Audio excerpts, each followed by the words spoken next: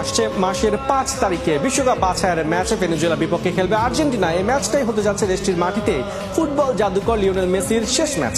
আর তাই এই ম্যাচটা যে লিওর কাছে স্পেশাল হতে যাচ্ছে এবার অকপটে তা জানিয়েছেন গণমাধ্যমের কাছে।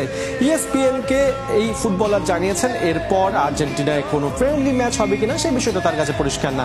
ভেনেজুয়েলার বিপক্ষে স্পেশাল ম্যাচটাতে তাই তার পুরো পরিবার উপস্থিত থাকবে মাঠে। এরই মধ্যে 2026 বিশ্বকাপে টিকিট কেটেছে আর্জেন্টিনা। সব কিছু ঠিক থাকলে এই টুর্নামেন্টে খেলবেন এলেন্টেন। বিশ্বকাপ বাছাই পর্ব শেষ করে বেশ কিছু ফ্রেন্ডলি ম্যাচও খেলতে চায় তিনবারের বিশ্ব চ্যাম্পিয়নরা। আছে স্পেনের বিপক্ষে ফিনালিসিমা খেলার কথাও।